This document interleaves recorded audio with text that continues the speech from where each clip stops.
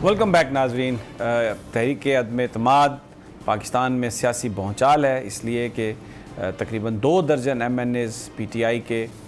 जो टिकट पर मुंतखब हुए सिंध हाउस में हैं। हुकूमत ये कह रही है कि बहुत ज़्यादा पैसा ख़र्च किया गया, करोड़ों अरबों रुपए, बहुत सारी पेमेंट्स मुल्क से बाहर हुई, बहुत सारी पेमेंट्स यहाँ पर हुई, बहुत सारे वादे वईद हुए, टिकट्स के वादे किए गए और भी बहुत सारे लालच दिए गए और इसके पीछे इंटरनेशनल एस्टेब्लिशमेंट का हाथ है। सिंध हाउस को जिस तरीके से इस्तेमाल किया गया आइन की खिलाफ वर्जी है। सरकारी वसाइल जो सिंध के हैं वो इस हॉर्स ट्रेडिंग के लिए इस्तेमाल किए गए। इस पर गवर्नर रूल भी लग सकता है, हुकूमत गौर कर रही है। और अब सवाल मेरा ये है राजा आमिर अब्बास आपसे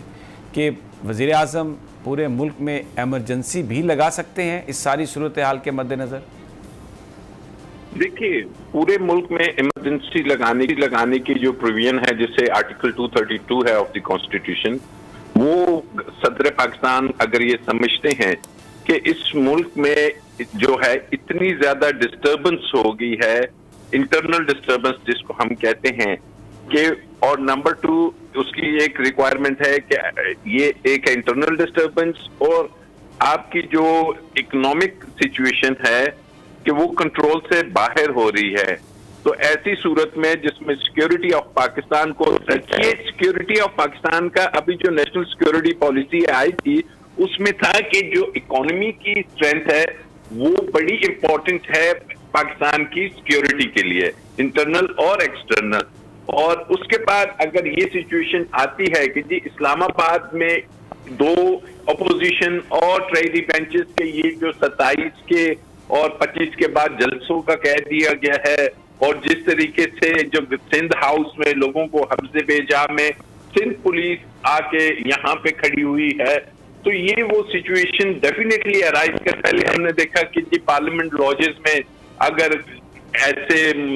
जत्थे आ जाते हैं मुसल्लत और वो आके कंट्रोल संभालने की कोशिश करते हैं, तो अगर ये सिचुएशन खराब होती है तो फिर इसीलिए ये प्रोविजंस दी हुई हैं कि फिर इनका इतलाक है और इसमें जो पावर है कि वो लगा तो देंगे, लेकिन एक टाइम फ्रेम है कि उसमें फिर जॉइंट सेशन में ये लाना होगा कि जी ये जो प्रोक्लेमेशन ऑफ इमरजेंसी है जॉइंट सेशन में सेनेट और पार्लियामेंट के, और वो अगर अप्रूवल देती है फिर तो ये सब चीजें खत्म हो जाएंगी,